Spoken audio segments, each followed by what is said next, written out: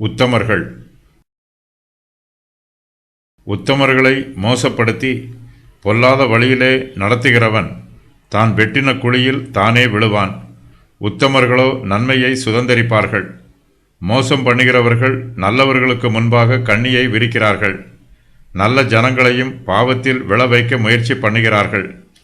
பிறருக்கு மோசம் பண்ணுகிறவர்கள் துன்மார்க்கர்கள். தாங்கள் துன்மார்க்கராய் இருப்பது போல மற்றவர்களையும் துன்மார்க்கராக மாற்றுவதற்கு முயற்சி பண்ணுகிறார்கள். துன்மார்க்கருடைய எண்ணம் சித்திக்காது. உத்தமர்களை மோசப்படுத்த முயற்சி பண்ணுகிறவர்கள் ஏமாந்து போவார்கள்.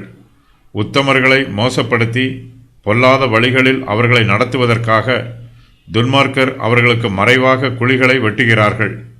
உத்தமர்கள் அந்த குழிகளில் விழுந்து விடுவார்கள் என்று ஆசையாய் பார்த்து கொண்டிருப்பார்கள். உத்தமருக்கு கர்த்தரே துணை. கர்த்தர் அவர்களை பாதுகாப்பார்.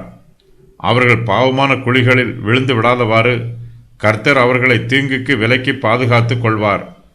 துன்மார்க்கருக்கு தேவனுடைய பாதுகாப்பு கிடைக்காது. துன்மார்க்கன் தான் வெட்டின குழியில் தானே விழுந்து விடுவான். பாவிகள் மாத்திரமல்ல, பிறருக்கு சோதனைகளை உண்டு பண்ணுகிறவனும் அந்த சோதனைகளினால் அழிந்து போவான்.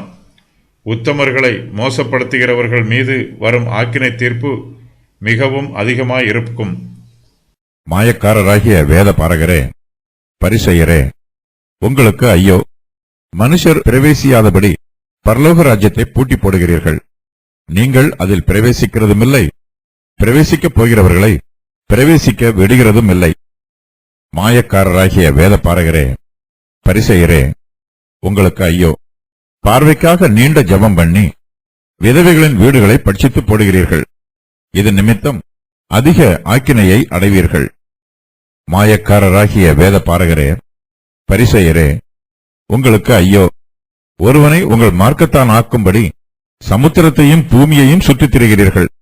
அவன் உங்கள் மார்க்கத்தான் ஆனபோது அவனை உங்களிலும் இரட்டிப்பாய் நரகத்தின் மகனாக்குகிறீர்கள் என்று கர்த்தராகிய இயேசு கிறிஸ்து மாயக்காரருக்கு விரோதமாக எச்சரித்து சொல்லுகிறார்.